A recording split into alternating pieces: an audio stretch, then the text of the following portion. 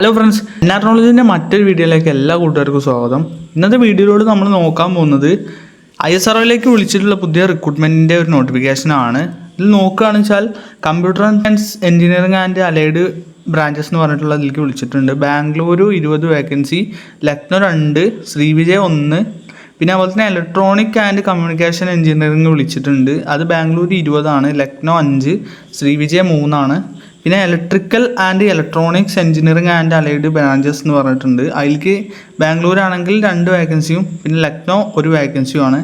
പിന്നെ civil engineering ഉണ്ട് 1 vacancy. BSc വരുന്നുണ്ട്, അത് ശ്രീവിജയപുരം എന്ന് പറഞ്ഞിരിക്കുകയാണ് 1 വേക്കൻസിയാണ്. പിന്നെ ലൈബ്രറി സയൻസ് വരുന്നുണ്ട്, ബാംഗ്ലൂരിലേക്കാണ് 1 വേക്കൻസി, പിന്നെ ലക്നൗയിലേക്കും വരുന്നുണ്ട്.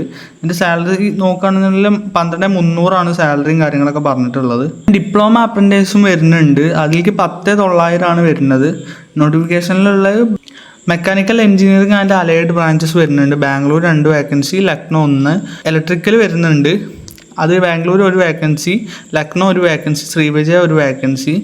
പിന്നെ ഇലക്ട്രിക്സ് ആൻഡ് കമ്മ്യൂണിക്കേഷൻ എന്ന് പറഞ്ഞിട്ടുള്ള അതിലേക്ക് വരുന്നുണ്ട്, ബാംഗ്ലൂർ 4 വേക്കൻസിയും, ലക്നൗ 1 വേക്കൻസി, ശ്രീവിജയ 1 വേക്കൻസി. എല്ലാത്തിലും 10,900 ഇതിൻ്റെ സാലറിയും കാര്യങ്ങളൊക്കെ വരുന്നത്. നിങ്ങൾ നോക്കിയാൽ കാണാൻ പറ്റും. പിന്നെ അതുപോലെ തന്നെ ട്രേഡ് ITIയിലേക്ക് വന്നിട്ടുണ്ട്, അതും സെയിം ഇതിൽ തന്നെ വന്നിട്ടുള്ളത്. ഇലക്ട്രോണിക് വരുന്നുണ്ട്, ബാംഗ്ലൂർ 3 വേക്കൻസിയാണ്, ലക്നൗ 1. പിന്നെ മെക്കാനിസ്റ്റ് ബാംഗ്ലൂർ 1 വേക്കൻസിയാണ്. പിന്നെ ഇലക്ട്രിക്കൽ 1 വേക്കൻസി ഉണ്ട്, ബാംഗ്ലൂരാണ്. പിന്നെ IT TSM വരുന്നുണ്ട്, അത് ശ്രീവിജയാണ്, 1 വേക്കൻസിയാണ്. അതിന് 9,600 പറയുന്നത്. പിന്നെ ഇത് അപ്ലൈയും കാര്യങ്ങളൊക്കെ ചെയ്യേണ്ടത് നമ്മൾ ഇമെയിൽ കൊടുത്തിട്ടുണ്ട്, ആ ഇമെയിൽ വഴിയാണ് അപ്ലൈയും കാര്യങ്ങളൊക്കെ ചെയ്യേണ്ടത്.